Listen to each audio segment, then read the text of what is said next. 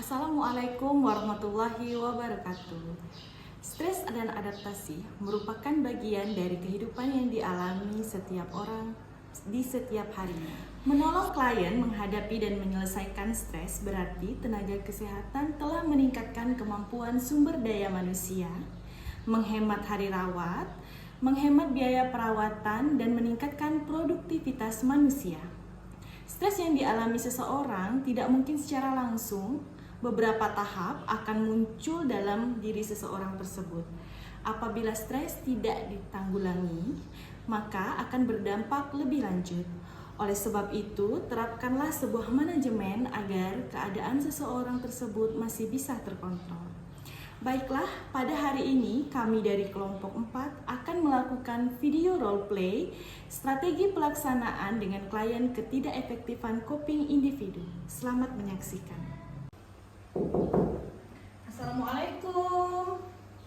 Waalaikumsalam, Bu. Selamat pagi, Bapak. Selamat pagi, Bu. Pak, perkenalkan, nama saya Sri Purnamasari. Saya biasa dipanggil Sari. Saya mahasiswa keperawatan dari Stikes Yarsi Pontianak. Oh, yang Ibu Sari ya? Iya.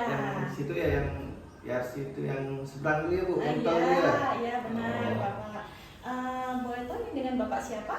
Dengan Pak Agustami, Bu. Oke, biasanya Bapak dipanggil siapa? Oh, orang itu biasa manggil Agus ya, Bu. Oh Kalau iya. Tami kan, kadang orang mulu kabut, Tami. Kok nama cewek katanya kan? Oh iya. Jadi dipanggil Kan? nama Agus ya, Bu. Oke, berarti panggilannya Pak Agus saja Iya, ya. Bu, Pak Agus aja, Bu. Oke, Bapak, bagaimana perasaannya hari ini? Kadang agak cemas sih, Bu, biasanya. Kadang pusing nggak perasaan hari ini nih. Oke. Kenapa, Pak? Kadang tuh maklum lah, Bu. Saya ini kan udah tua kata orang tuh kan. Iya. Udah kata orang udah dewasa tapi belum ada kerja, Bu. Oh, oke. Belum ada pekerjaan. Belum ada ya, Bapak, kerja. ya. Jadi tetangga tuh kadang saya lewat macam mandang macam sinis atau apa gitu, Bu. Dengan ngomongkan, Pak pergi kerja ke? Kan dia tahu saya tak ada kerja, Bu. Macam molok-molok jadinya, Bu. Iya. Oke, jadi bapaknya merasanya seperti itu ya, Pak ya. Jadi karena tadi diomongkan tetangga, jadi perasaan tuh rasanya tidak enak, kurang baik lah ya, Pak ya. Iya, Bu. Untuk hari ini ya. Oke. Baiklah, Pak, untuk hari ini nanti kita ini akan berbincang-bincang tentang bagaimana perasaan Bapak. Terus nanti kita juga akan berdiskusi nih, Pak. Ini supaya yang apa nih, Bu? Nah, untuk memecahkan masalah atau perasaan yang Bapak rasakan. Oh, Jadi kita gitu. tuh memecahkan masalah Bapak nih, terus apa yang Bapak rasakan, Bapak bisa ngomong dengan saya nanti Iya, ya. Bu, iya, Kita Bu. pecahkan sama-sama, kita diskusi sama-sama ya. Iya, boleh, Bu, boleh, Bu. Oke, kira-kira Bapak nih mau ngomongnya berapa lama? Ini sekarang jam 9:15. Oke. Kalau 10 menit gimana? Boleh lah, Bu. Boleh ya, 10 Kalau menit ya lama-lama nanti ya. kadang saya pusing nggak? Iya, nanti kita ngobrolnya kan ada beberapa sesi ya. Jadi ini Bu. kita ngobrolnya dulu sampai 10 menit aja ya.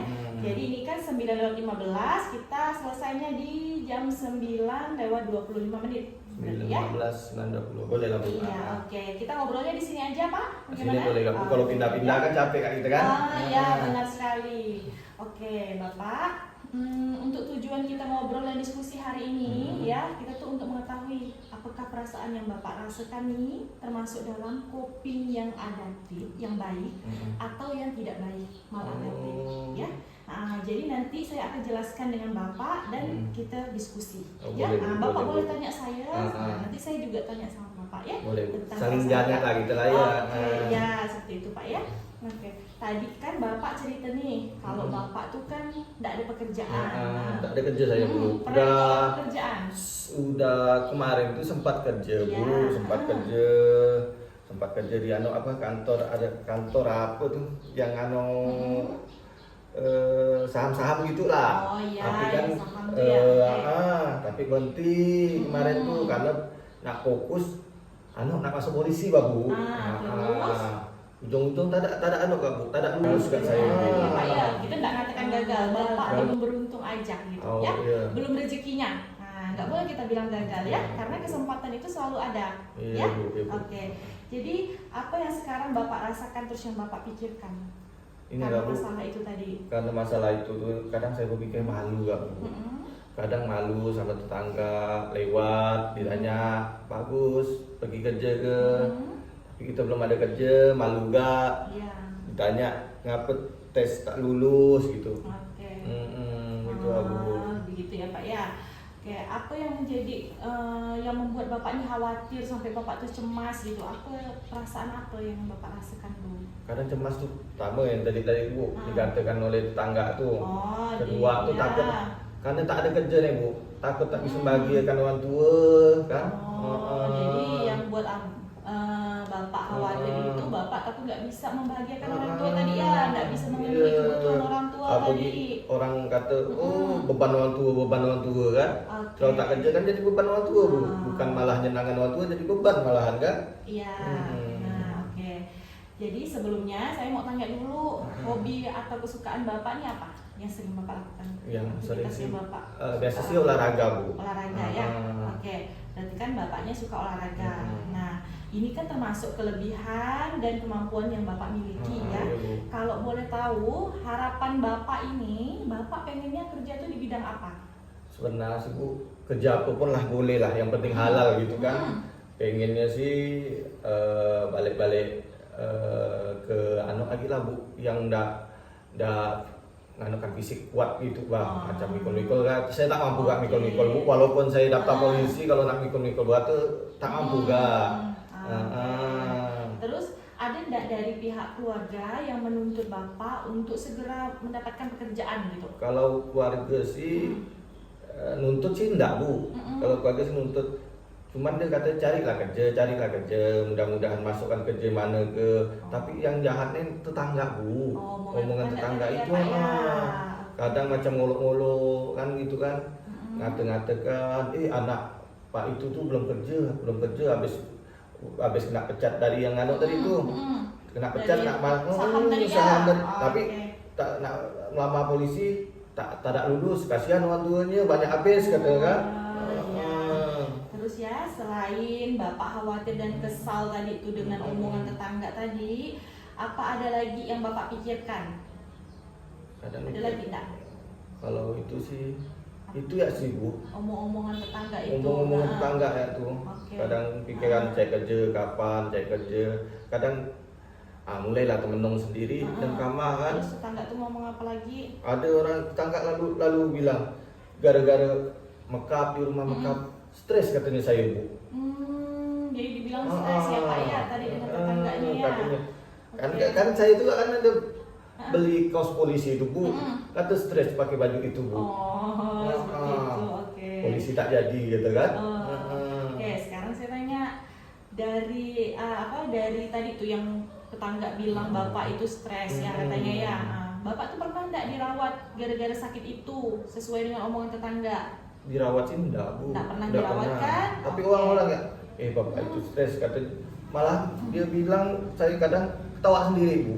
Padahal perasaan enggak pernah ketawa sendiri. Oke, berarti kan Bapak kan tidak pernah dirawat, berarti Bapak tuh dalam keadaan baik-baik saja sebenarnya ya. Berarti kan sehat kan, Kalau Bu? secara fisik ya Pak ya. Jadi dari kekhawatiran tadi yang Bapak ceritakan dengan saya tadi itu, Bu. apa yang sudah Bapak lakukan? Yang saya Bapak selama ini ngapain aja gitu? Di untuk apa hadapan tuh? omongan-omongan orang itu. Saya kalau dengar omongan orang itu kadang kalau untuk masuk ke telinga Bu, kadang sakit gak pikiran kan.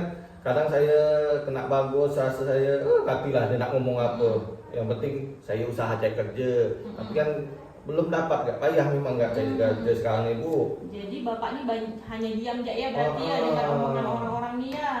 Nak marah gimana gak orang itu kita memang tak ada kerja kan. Iya benar. Oke, sebelumnya tuh Bapak pernah nggak cerita tentang kekhawatiran Bapak nih dengan pihak keluarga, misalnya dengan ibunya Bapak gitu, Nggak pernah, Bu. dengan adik kakak gitu? Nggak pernah Bu. Nggak pernah cerita ke orang lainnya. Nggak pernah. Berarti ya terus biasanya pernah nggak Mas ceritakan tentang masalah terus perasaan yang Mas rasakan dengan keluarga? Ada Bu. Kalau ada masalah kadang saya pendam sendiri. Kadang bukan apa Bu, kalau cerita kan jadi pikiran orang tua gak, jadi pikiran keluarga gak kan. Iya, Jadi benar. ujung-ujung saya pendam sendiri itu. nak marah pun kita saya pedam sendiri. Nah, gitu ya Bu biasanya. Oke, baik Pak. Sebenarnya dengan cara Bapak nih memendam masalah atau perasaan yang Bapak rasakan nih, itu tuh bukanlah cara yang sehat untuk menyelesaikan masalah tadi. Nah, itu yang tadi yang saya bilang ya, ada coping individu yang bersifat adaptif tadi yang baik ya, ada yang maladaptif. Jadi tidak boleh pendam sendiri itu. Tidak boleh kita pendam sendiri, itu yang membuat Bapak nanti akan menjadi kepikiran. Nanti setelah Bapak kepikiran itu maka akan timbullah stres tadi, stresor dalam otak kita tuh akan bekerja nanti di situ. Jadi Bapak tingkat stres Bapak akan meningkat nantinya. Gitu. Dan itu tidak baik untuk Bapak sendiri ya, untuk ke diri Bapak sendiri itu tidak baik ya. Tapi kalau anak itu apa? Kalau kita ceritakan ke misalnya ke orang tua kita lah, tidak jadi beban pikiran mereka ke Bu? Tidaklah Pak, kan Bapak kan hanya mencurahkan apa yang Bapak rasakan gitu. Jadi nanti entah orang tuanya punya solusi atas masalah Bapak, atau orang tuanya bisa mensupport Bapak lebih gitu, biar Bapaknya nggak terlalu kepikiran dan terbebani tadi ya. Saya itu kadang-kadang malu ya Bang Bu kan, nak cerita gitu. Jadi sekarang saya tanya Bapak nih ya, menurut Bapak dengan Bapak memendam perasaan Bapak nih ya, dapat nggak sih menyelesaikan masalah yang Bapak rasakan, rasa kesal, rasa khawatir itu? Malah makin terpendam, makin kesal. Nengok orang ngomong makin kesal Bu. Jadi tak ada macam tempat nyalurkan lah tuh. Tak ada tempat nyalurkan amarah. Oke. Nah itu kan udah bagus sekali ya, Bapak tuh udah tahu akibatnya. Jadi dengan memendam perasaan atau memendam masalah tadi ini tidak menyelesaikan masalah kan, malah nanti akan menimbulkan masalah lainnya kan. Mendam bahaya pula kan. Jadi pandai ngamuk sendiri kan mendam itu emosi itu ya, tak bisa keluar ya. Terkontrol karena tidak disalurkan tadi ya. Jadi sebenarnya perasaan cemas dan khawatir yang Bapak rasakan ini bisa menumpuk dan terus-terusan mengganggu pikiran Bapak. Jadi akibatnya salah satunya bisa aja Bapak jadi kesulitan tidur, pasti itu. Iya pasti. Ya? Kadang saya tuh Bu, ada obat warung tuh, obat warung apa tuh, 2 butik dipinum, tak ada tidur kadang jam 3, jam 4, habis itu bangun siang tak bisa tidur lagi sampai malam. Itu bukan karena sakit, itu karena tadi pikiran Bapak tadi itu sakit. ya, yang Bapak pendam terus menerus, jadi Bapak kesulitan tidur, jadi kurang fokus, bisa juga dengan yang lain-lainnya lagi. Kadang orang ngomong pun, kadang bukan apa orang ngomong macam tak dengar gitu. Iya karena Bapak kurang fokus tadi ya, karena pikiran Bapak tadi itu. Oke. Bagaimana nih? Ini kan udah 10 menit nih kita ngomong nih ya Pak ya.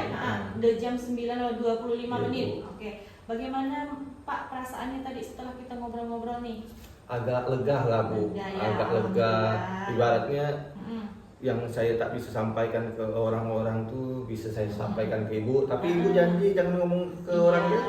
Nanti privasinya tetap akan kami jaga ya Pak ya. Terus apa yang terjadi? Sekarang saya tanya lagi ya Pak ya. Apa yang akan terjadi jika Bapak itu memendam perasaan atau masalah yang Bapak miliki? Kadang kalau untuk diri saya nih, kadang kesal Bu. Udah kesal gitu. Mulai nak marah-marah. Kalau saya kesal kan nutup pintu kamar, lalu melempar barang kadang. Itulah kali orang bilang saya stres kali ya Bu. Sekarang udah benar sekali itu ya Pak ya. Berarti Bapak tuh udah menyadari gitu bahwa itu adalah perilaku yang kurang baik ya Pak ya.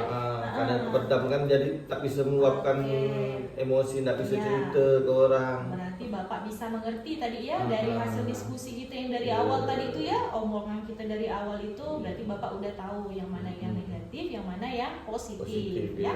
Oke, baik Pak, untuk hari ini kita selesaikan dulu ya bincang-bincang kita nih hari ini. Besok saya akan datang lagi ke sini ya dengan Bapak untuk mendiskusikan bagaimana cara mengatasi masalahnya tadi itu. Sama yang kekhawatiran yang tadi yang Bapak rasakan. Ya, kita cari solusinya. Cari solusi. Ini kan tapi dengan Ibu gak kan? Iya, dengan saya ya Pak ya. Kenapa dengan orang lain takut orang lain tuh ngomongkan saya gak kan? Iya, baik Pak. Oke, untuk besok Bapak mau ini jam berapa? jam sekarang, seperti jam sekarang nih, jam 9-an gitu Nah, ya. boleh lah. Boleh ya? Boleh. Kita ngobrol lagi sekitar 10 menit sampai 15 menit seperti hari ini ya. Iya, Bu.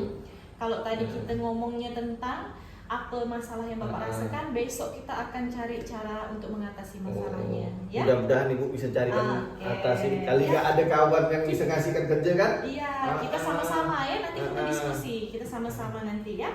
Ada kenalan kan? Jadi kita ngobrolnya di sini, ketemunya di sini nanti ya Pak ya. Iya, Bu, boleh, Bu. Kalau begitu sampai jumpa besok. Wassalamualaikum warahmatullahi wabarakatuh. Waalaikumsalam. Makasih banyak Iya, ya Bu. sama-sama, Bapak. Besok saya kesini lagi ya. Oke. Ayo Bu. Ya. Sekian video roleplay tentang ketidakefektifan coping individu. Semoga video ini dapat bermanfaat untuk kita semua. Wassalamualaikum warahmatullahi wabarakatuh.